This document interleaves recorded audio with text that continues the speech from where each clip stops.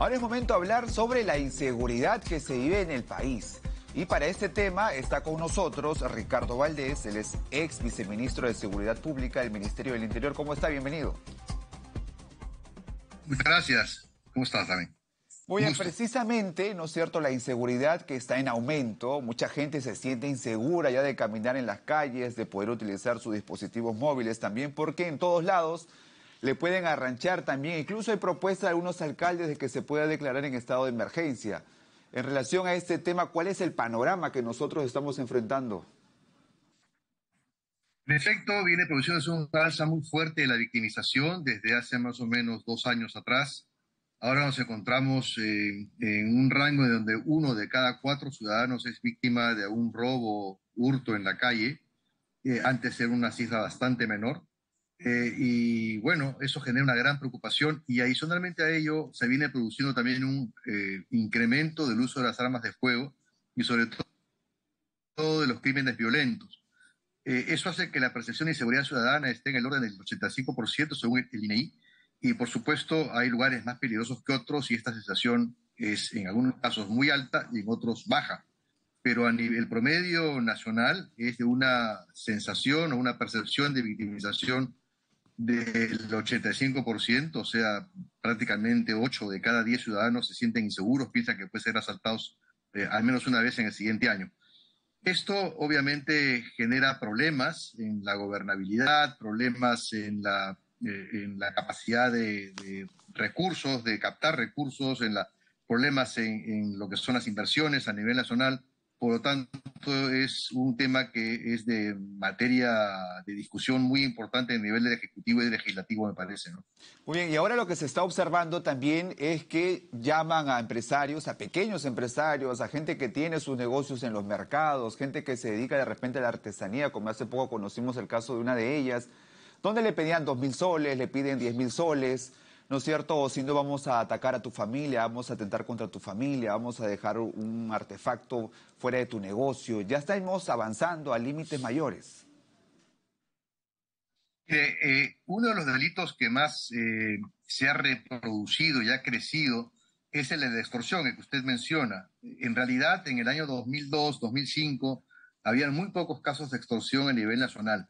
A partir del 2007 hacia el 2012 empiezan a darse los primeros casos de extorsión en el norte costeño, en Trujillo, básicamente, y obviamente también en el ámbito de construcción civil, donde era lo más frecuente. Había extorsión, cobro de cupos, etcétera. Hoy por hoy, 2023, la extorsión como delito está en todo el país y está no solamente ya asociada a los temas de construcción civil, sino que está diseminada en todo orden de negocios pequeños, inclusive establecimientos tipo colegios, farmacias, ferreterías, y está muy extendido en las zonas urbanas y periurbanas de las principales ciudades del país. Eso es muy preocupante. En ese sentido, es muy importante que se fortalezca las divisiones de investigación criminal en cada una de las ciudades con más de 20.000 habitantes, que es donde se viene produciendo el auge de la extorsión. Muy bien, ahora, para hacer frente a la inseguridad que estamos viviendo, hay muchas propuestas en las cuales señalan que las Fuerzas Armadas deberían contribuir en un trabajo conjunto con la Policía Nacional, que las Fuerzas Armadas salgan también a las calles. ¿Qué opina usted al respecto? Mire, está asociada la participación de las Fuerzas Armadas en los estados de emergencia. Y estos son situaciones de excepción constitucional.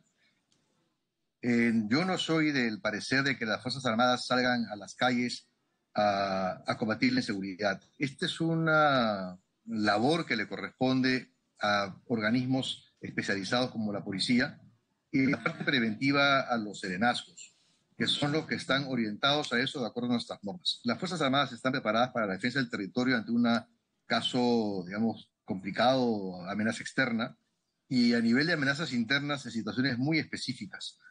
En la preparación de las Fuerzas Armadas es absolutamente distinta, no están preparados ni para la investigación criminal, que es, por ejemplo, lo que se requiere en los casos de extorsión o de sicariato, ni están preparadas tampoco para lo que es la inseguridad ciudadana en sí, es decir, para la persecución de los hurtos o de los robos en la calle. Y para eso se necesita control territorial, se necesita tecnología y presencia policial en las calles en coordinación también con los serenazgos.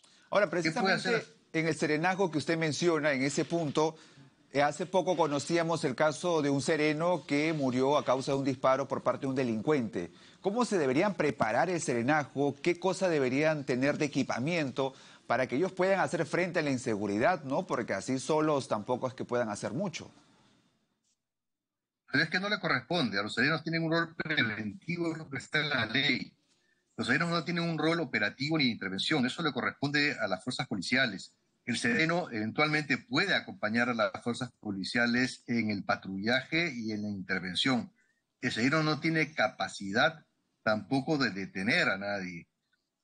Por lo tanto, no se le puede entregar a los serenos esa responsabilidad y obviando que la responsabilidad central le corresponde a las fuerzas policiales.